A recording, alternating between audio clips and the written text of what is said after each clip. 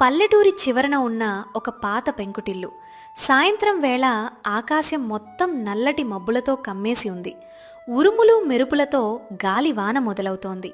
రాజమ్మ తన ఇంటి అరుగుమీద కూర్చుని ఆకాశం వైపు చూస్తోంది. ఈ గాలిహోరు చూస్తుంటే చుట్టుపక్కల చెట్లు కూడా కూలిపోయేలా ఉన్నాయి. పాపం ఈ సమయంలో బయట ఉన్న ప్రయాణికులు ఎంత ఇబ్బంది పడుతున్నారో కదా. భగవంతుడా, అందర్నీ చల్లగా ఇంటికి చేర్చునాయనా. నాలాంటి ముసల్దానికి ఎలాగో ఈ ఇల్లే లోకం. అదే సమయంలో రాము సోము ఇద్దరూ తల తడవకుండా తలమీద పాత గోనె సంచులు కప్పుకుని ఆ దారిగుండా నడుచుకుంటూ వెళ్తున్నారు. వర్షం వేగం పెరగడంతో వారు రాజమ్మ ఇంటి అరువు దగ్గరకు పరిగెత్తుకుంటూ వస్తారు. అబ్బా, వాన మామూలుగా లేదు సోము. ఒక్కసారిగా దంచేస్తోంది. అస్సలు కళ్ళు కూడా కనపట్టం లేదు. ఈ రాత్రికి మనం ఊరు వెళ్ళడం చాలా కష్టమే. ఇగో, ఈ రాజమ్మ అవ్వ ఇల్లే కదా, కాసేపికి రాగుదాం.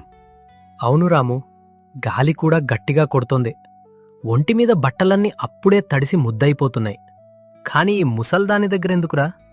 ఊరి మధ్యలో ఎవరైనా పెద్దోళ్ల ఇంటికి వెళ్దాం. ఈమె దగ్గర ఏముంటుంది? కనీసం తాగడానికి కాఫీ కూడా దొరకదు. పైగా ఇల్లు కూడా కూలిపోయేలా ఉంది. అలా అనకు సోము. ఆపదలో ఉన్నప్పుడు ఆశ్రయం దొరకడమే ముఖ్యం. ఇల్లు చిన్నదా పెద్దదా అని చూస్తే కుదరదు కదా. అవ్వా! ఓ రాజమ్మ అవ్వా! కాసేపు నీ అరుగుమీద ఉంటామవ్వా. వర్షం తగ్గేదాకా మమ్మల్నిక్కడ ఉండనివ్వు. అయినా ఈ ముసల్ది ఈ అర్ధరాత్రి వేళ మనల్ని లోపలికి రానిస్తుందా రాము? అనవసరంగా టైం వేస్ట్ చేసుకోకుండా ముందుకు నడుద్దాన్రా. ఈ వర్షంలో ఇక్కడ నిలబడితే జలుబు చేయడం ఖాయం. ఇంకేదైనా పెద్ద అరుగు చూసుకుందాం. ఎవరది? ఒరేయ్ అబ్బాయిలు, మీరా? రండబ్బా, లోపలికి రండి. ఈ చలిగాలికి బయటుంటే జబ్బు పడతారు. అరుగుమీద ఉంటే గాలివానకి తడిసిపోతారు. లోపలికి వచ్చి ప్రశాంతంగా కూర్చోండి. రాజమ్మ ఇంటి లోపలి భాగం ఒక చిన్న దీపం వెలుగుతోంది. గోడలు పాతవైనా ఇల్లు సర్దిపెట్టినట్టు చాలా శుభ్రంగా ఉంది. రాజమ్మ ఇద్దరికీ తలలు తుడుచుకోవటానికి పొడిగుడ్డలిస్తుంది.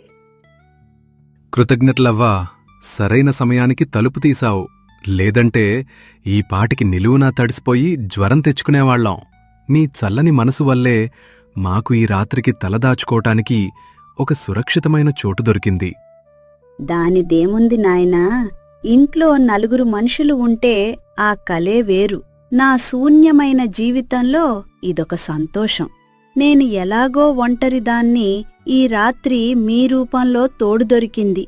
నాకు చాలా ఆనందంగా ఉంది.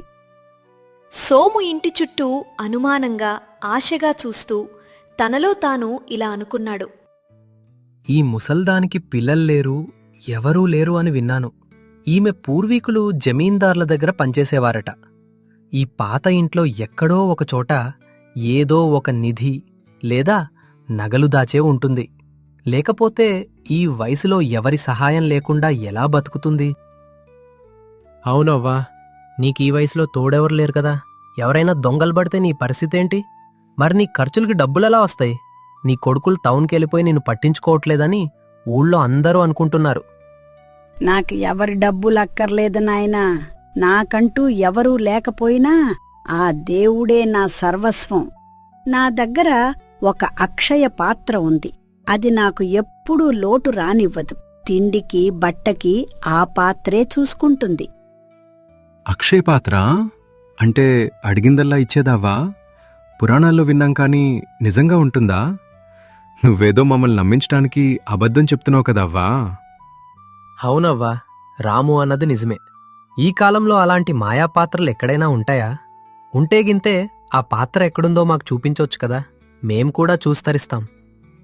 ఉంటుంది రాము. నమ్మిన వాళ్ళకి ఖచ్చితంగా ఉంటుంది. అది నీటిగా బతికే వాళ్ళకి మాత్రమే కనిపిస్తుంది. నా ఇంట్లోనే ఆ రహస్యం ఉంది. సరే, మీరు ప్రయాణం చేసి అలసిపోయి ఉంటారు. కాస్త వేడివేడి గంజి కాస్తాను, తాగండి. రాజమ్మ వంటగదిలోకి వెళ్తుంది. సోము రామును పక్కకు లాగి గుసగుసలాడతాడు. రాము, విన్నావా? ముసల్ది నోరే జారింది. తన రహస్యాన్ని తనే బయట పెట్టేసుకుంది చూశావా? దాని దగ్గర ఏదో మాయాపాత్రో లేదా పూర్వీకుల నిదో ఉంది. అందుకే అంత ధీమాగా అక్షయ పాత్ర అంటుంది. మనం ఎలాగైనా దాన్ని వెతకాలి. రేయ్ సోము, బుద్ధి ఉందా నీకు? మనకి ఆపదలో ఆశ్రయమిచ్చిన వృద్ధురాల్ని మోసం చేయాలని చూస్తున్నావా? ఆమె ఏదో సామెతగా అని ఉంటుంది, నువ్వేమో నిధి అనుకుంటున్నావు. ఇలాంటి పాపపు ఆలోచనలు మానుకో. నువ్వో అమాయకుడివిరా రాము. నీ నీతులు తిండి పెట్టవు. మన ఇద్దరికీ ఊళ్ళో అప్పులున్నాయి. అవి ఎలా తీరుతాయో ఆలోచించు. నీ చెల్లెలి పెళ్లికి డబ్బుల్లేక ఇబ్బంది పడుతున్నావు. ఈ ఒక్క రాత్రి ఈ ముసల్దాని ఇంట్లో వెతికితే మన కష్టాలన్నీ తీరిపోతాయి. అదికాక ఈమె ముసలిది, మనల్ని అస్సలు ఎదిరించలేదు. సోము, ఇంకొక్క మాట అలా మాట్లాడితే నేనిప్పుడే ఈ వర్షంలో బయటికెళ్ళిపోతాను. నీలాంటి ద్రోహితో నేను ఉండలేను. కష్టపడి సంపాదించింది మాత్రమే మనకి దక్కుతుంది. ఒకరిని ఏడిపించి తీసుకునేది ఎప్పటికీ సుఖాన్నివ్వదు. మర్యాదగా తిని పడుకో. సరే సరే, నీ నీతి సూత్రాలాపు. నేను ఊరికే మన బావు కోసం అన్నానులే కాని నిజంగా దొంగతనం చేస్తానా? నువ్వంతగా భయపడిపోతే నేనా ప్రయత్నం మానుకుంటాను. ఇక పడుకుందాం. అలా రా దారికి. ఎవరి సొమ్ముకు మనం ఆశపడకూడదు. అదే మన పెద్దలు నేర్పిన సంస్కారం. అవ్వ మనల్ని నమ్మి లోపలికి రానిచ్చింది. ఆ నమ్మకాన్ని వమ్ము చేస్తే దేవుడు కూడా మనల్ని క్షమించడు.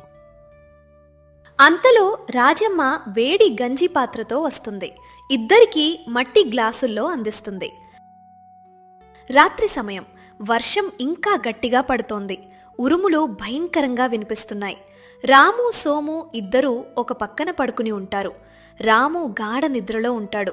సోము మాత్రం నిద్రపోకుండా అటూ ఇటూ చూస్తూ లేచి నిలబడతాడు. రాము అన్నట్లు నేను ఊరికే కూర్చోలేను. వాడు చేతగానివాడు కాబట్టే అలాగే పేదరికంలో మగ్గిపోతున్నాడు. ఆ ముసల్ది వంటగదిలో ఏదో రహస్యమైన పెట్టె ఉంచి ఉంటుంది. ఇప్పుడే అందరూ నిద్రపోతున్న సమయంలో వెళ్ళి వెతకాలి. సోము మెల్లగా అడుగులు వేస్తూ రాజమ్మ పడుకున్న గదివైపు, వంటగది వైపు వెళ్తాడు. ఇంట్లో ఉన్న పాత పెట్టెలు, కుండలు వెతకడం ప్రారంభిస్తాడు. ఒక పాత ఇనుప పెట్టె కనిపిస్తుంది. దానిమీద పెద్ద తాళం వేసి ఉంటుంది. దొరికేసింది. నా అదృష్టం బావుంది. ఈ పెద్ద ఇనుప పెట్టెలోనే ఆ అక్షయ పాత్ర లేదా బంగారం ఉండి ఉంటుంది. దీని తాళం ఎక్కడుందో? ఆ ముసల్దాని నడుముకే ఉంటుంది. మెల్లగా వెళ్ళి ఆ తాళం చెవి దొంగిలించాలి. సోము రాజమ్మ పడుకున్న మంచం దగ్గరకు వెళ్తాడు. కానీ ఆశ్చర్యకరంగా రాజమ్మ కళ్ళు తెరిచే ఉంటుంది. ఆమె దీపం వెలిగించి సోము వైపు ప్రశాంతంగా చూస్తుంది. సోము దొరికిపోయి భయంతో వణికిపోతాడు. ఏంటి సోము, నిద్ర పట్టట్లేదా? ఈ అర్ధరాత్రి వేళ నా గదిలో ఏం వెతుకుతున్నావు నాయనా? ఏదైనా కావాలా? అది అవా, దాహం వేస్తుంది. నీళ్లు కోసం ఇటు వచ్చాను. చీకట్లో దారి తెలియక నీ గదిలోకి వచ్చానవ్వా.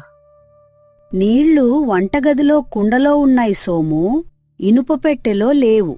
నేను ఇవన్నీ చూసి ముసల్దాన్ని అయ్యాన్నాయనా.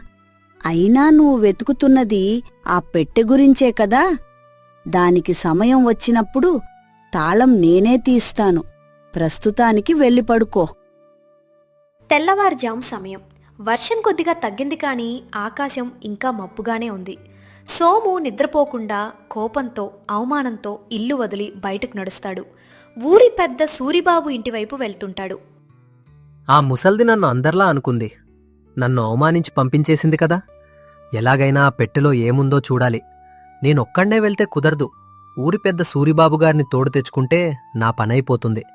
రాముగాడు ఎలాగో ఆ ముసల్దాని వైపే మాట్లాడుతున్నాడు. వాడికి కూడా బుద్ధి చెప్పాలి. సూరిబాబుగారికి ఆశ చూపిస్తే ఆయన తన అధికారంతో ఆ ముసల్దాని ఇల్లు సోదా చేయిస్తారు. అప్పుడు ఆ నిధి నా చేతికి చిక్కుతుంది. సూరిబాబు ఇంటి ముందర. సూరిబాబు అప్పుడే నిద్రలేచి బయటకు వస్తుంటాడు. ఏంటి సోము, పొద్దున్నే ఇంత కంగారుగా నా ఇంటికి వచ్చావు? రాత్రంతా ఎక్కడ ఉన్నావు?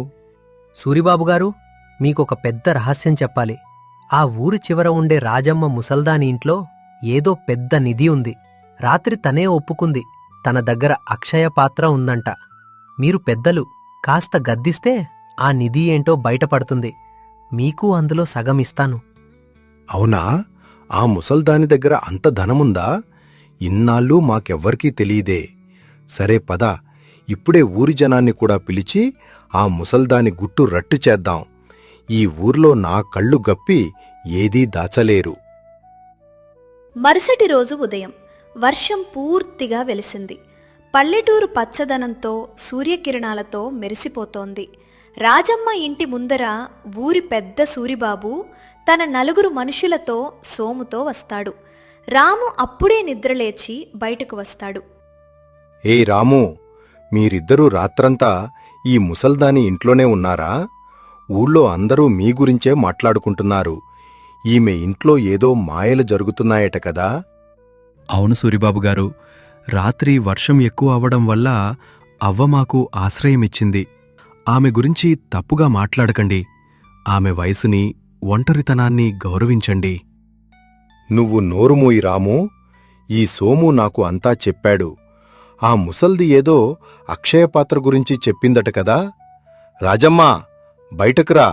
ఏంటి, నీ దగ్గర ఏదో అక్షయపాత్ర ఉందట?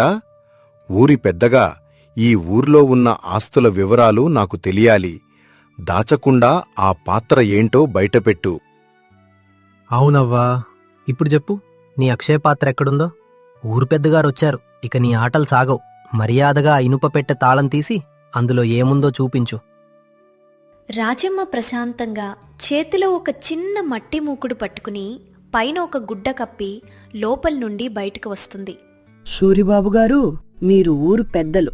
మీ మాట నేను జవదాటను. ఇదే నా అక్షయపాత్ర. దీనికోసమే కదా మీరంతా ఈ ఉదయాన్నే నా ఇంటి ముందు నిలబడ్డారు. ఇరువైపులా గ్రామ ప్రజలు కూడా కుతూహలంగా చేరుకుంటారు. రాజమ్మ చేతిలో ఉన్న ఆ చిన్న మట్టి పాత్రను చూసి అందరూ ఆశ్చర్యపోతారు. ఏంటి రాజమ్మా, మమ్మల్ని పిచ్చోళ్ళం చేస్తున్నావా? ఈ పగిలిన మట్టిపాత్రేనా నీ అక్షయపాత్ర? ఇందులో ఏముంది? నన్ను మోసం చేయాలని చూస్తే ఊరుకోను. ఇల్లు మొత్తం వెతికించాల్సొస్తుంది. జాగ్రత్త. అవును సూరిబాబు గారు, ఇదే నా అక్షయపాత్ర. దీని విలువ తెలియాలంటే మొదట ఇందులో సోము చేయి పెట్టాలి. ఎందుకంటే రాత్రంతా దీనికోసమే కదా తను నా ఇల్లంతా వెతికింది. తన ఆశే దీనికి సరైన సమాధానం చెప్తుంది. అంటే ఇందులో ఏమన్నా బంగారు నాణాలున్నాయా అవ్వా? అందుకే గుడ్డ కప్పావా? సూరిబాబు గారు, మేం చెప్పింది నిజమే. చూసారా, ఇందులో ఏదో రహస్యం ఉంది. సోము ఆ మట్టి పాత్రలో గుడ్డ కింద నుండి చేయి పెడతాడు. కాని మరుక్షణమే అమ్మా, అబ్బా, చచ్చాను అంటూ గట్టిగా అరుస్తూ చేయి వెనక్కి తీస్తాడు. అతని చేతికి ఒక పెద్ద నల్లటి తేలు కుడుతుంది. చేయి అప్పుడే వాచిపోతుంది. గ్రామస్తులు భయంతో కేకలు వేస్తారు. కంగారు పడకండి, దానికి మందు నా దగ్గరుంది. ఇప్పుడే ఇస్తాను. ఎవ్వరి ప్రాణాలు పోవు. కాని ముందు అసలు విషయం వినండి. సోము, రాత్రి నేను నీతో ఒక మాట అన్నాను. నమ్మిన వాళ్లకి ఇది అక్షయపాత్ర అని, దురాశ ఉన్నవాళ్లకి ఇది విషపాత్ర. అవ్వా, నాకేమీ అర్థం కావడం లేదు. అసలు ఈ తేళ్ల కథ ఏంటి? కాస్త వివరంగా చెప్పవ్వా, అందరి అనుమానాలు తీరిపోతాయి. చెప్తాను రాము. ఈ వయసులో నేను ఒంటరిగా ఉంటున్నాను. నా దగ్గర డబ్బు ఉందనో నగలు ఉన్నాయనో తెలిస్తే దొంగలు నన్ను ఎప్పుడో చంపేసేవారు. అందుకే నేను ఊళ్ళో వాళ్లకి నా దగ్గర అక్షయపాత్ర ఉందని ఒక అబద్ధం చెప్పి నమ్మించాను. కాని నిజానికి ఆ పాత్రలో నేను పెంచే విషపు తేళ్లు ఉంటాయి. తేళ్ళా? ఎందుకు రాజమ్మా? ఇలాంటి విచిత్రమైన ఆలోచన నీకు ఎలా వచ్చింది? ఎందుకంటే సూరిబాబు గారు, నా ఇంటికి ఎవరైనా దొంగతనానికొస్తే వాళ్ళు డబ్బు కోసం వెతకకుండా మొదట ఆ పాత్రలోనే చెయ్యి పెడతారు. దొంగ ఎవరో తేలుకుట్టడం వల్ల సులభంగా తెలిసిపోతుంది. అదే నా రక్షణ కవచం. నా బుద్ధి బలమే నా అక్షయపాత్ర. ఈ తెలివే నన్ను ఇన్నాళ్లు కాపాడింది. శారీరక బలం కంటే బుద్ధిబలం గొప్పదని ఇప్పటికైనా గ్రహించండి. రాజమ్మ ఇంటి ముందరి ఖాళీ స్థలం. సోము నొప్పితో విలవిలలాడుతుంటాడు. గ్రామ ప్రజలు రాజమ్మ తెలివికి జేజేలు పలుతుంటారు. సూరిబాబు తన తప్పు తెలుసుకుని సిగ్గుతో తలదించుకుంటాడు. రాజమ్మ, నన్ను క్షమించు. నేను ఊరి పెద్దనైనా ఈ సోము మాటలు విని దురాశతో నీ ఇంటికి వచ్చాను. వయసు పైబడినా నీకున్న తెలివితేటలు, ధైర్యం ముందు మేమంతా చాలా చిన్నవాళ్లం అయిపోయాం. నీ రక్షణకు నువ్వు తీసుకున్న జాగ్రత్త అమోఘం. అవునవ్వా, నీ తెలివి చూస్తుంటే మాకు చాలా గర్వంగా ఉంది. ఒంటరి మహిళవైనా నిన్ను నువ్వు ఎలా కాపాడుకోవాలో సమాజానికి ఒక మంచి పాఠం చెప్పావు. ఈ సోముకి తగిన శాస్తే జరిగింది. వీడి దురాశే వీడికి శత్రువైంది. నన్ను క్షమించు అవ్వా. ఆశతో వచ్చి మోసపోయాను. నీ ఆశ్రయాన్ని వాడుకుని నిన్నే దోచుకోవాలని చూశాను. నా చేతి నొప్పి భరించలేకపోతున్నాను అవ్వా. నన్ను కాపాడు. ఇంకెప్పుడు ఇలాంటి తప్పు చేయను. సరే సోము, తప్పు తెలుసుకున్నావు కదా, అదే చాలు. ఇగో ఈ పసరమందు రాసుకో. కాసేపట్లో తేలు విషం దిగిపోతుంది. కష్టపడకుండా వచ్చేది ఏదీ శాశ్వతం కాదని, అది ఎప్పటికైనా దుఃఖాన్ని మిగులుస్తుందని ఇప్పటికైనా తెలుసుకుంటే చాలు. రాజమ్మ సోము చేతికి పసరమందు రాస్తుంది. సోముకి నొప్పి తగ్గుతుంది. సోము పూర్తిగా కోలుకుంటాడు. అవ్వ తెలివికి రాము ముగ్ధురై చూస్తుంటాడు. సూర్యుడు పూర్తిగా పైకి వచ్చి ప్రకృతి అంతా ప్రకాశవంతంగా మారుతుంది. రాము, రాత్రి సోము నన్ను దోచుకోవాలి అనుకున్నప్పుడు నువ్వు వాడిని వారించావు. నీ ప్రాణాలు పోయినా పర్వాలేదు, కాని నీతి తప్పకూడదు అనుకున్నావు. నీ నీతి, నిజాయితీ నాకు చాలా నచ్చాయి నాయనా. ఈ రోజుల్లో నీలాంటివాళ్లు దొరకటం చాలా అరుదు. ఊరి చివర ఉన్న నా 5 ఎకరాల పొలాన్ని సాగుచేసే బాధ్యత నీదే. అందులో వచ్చే పంటతో నీ కుటుంబ కష్టాలు తీర్చుకో. నీ కష్టమే నీకు అక్షయపాత్ర అవుతుంది. అవ్వా, నా చెల్లెలి పెళ్లికి, నా కష్టాలకి ఆ దేవుడే నిన్ను పంపించాడు. కష్టపడి పనిచేస్తూ నిన్ను నా సొంత తల్లిలా కంటికి రెప్పలా చూసుకుంటాను. నన్ను క్షమించు అవ్వా. ఇప్పటికైనా నా దురాశ వదిలిపెట్టి రాముతో కలిసి ఆ పొలంలో కష్టపడి నా తప్పులు దిద్దుకుని మంచిగా బతుకుతాను. వర్షం వెలిసిన ఆకాశంలో అందమైన ఇంద్రధనస్సు విరుస్తుంది. రాము, రాజమ్మ, సోము సంతోషంగా నవ్వుకుంటూ కొత్త జీవితం వైపు అడుగులు వేస్తారు. దురాశ దుఃఖానికి చేటు. కష్టపడకుండా పరాయి సొమ్మును ఆశించేవారికి అవమానమే మిగులుతుంది. బుద్ధి బలమే మనిషిని ఆపదల్లో కాపాడుతుంది. మరియు నిజాయితీగా ఉండేవారికి ఎప్పటికైనా మంచి గుర్తింపు, సహాయం లభిస్తాయి.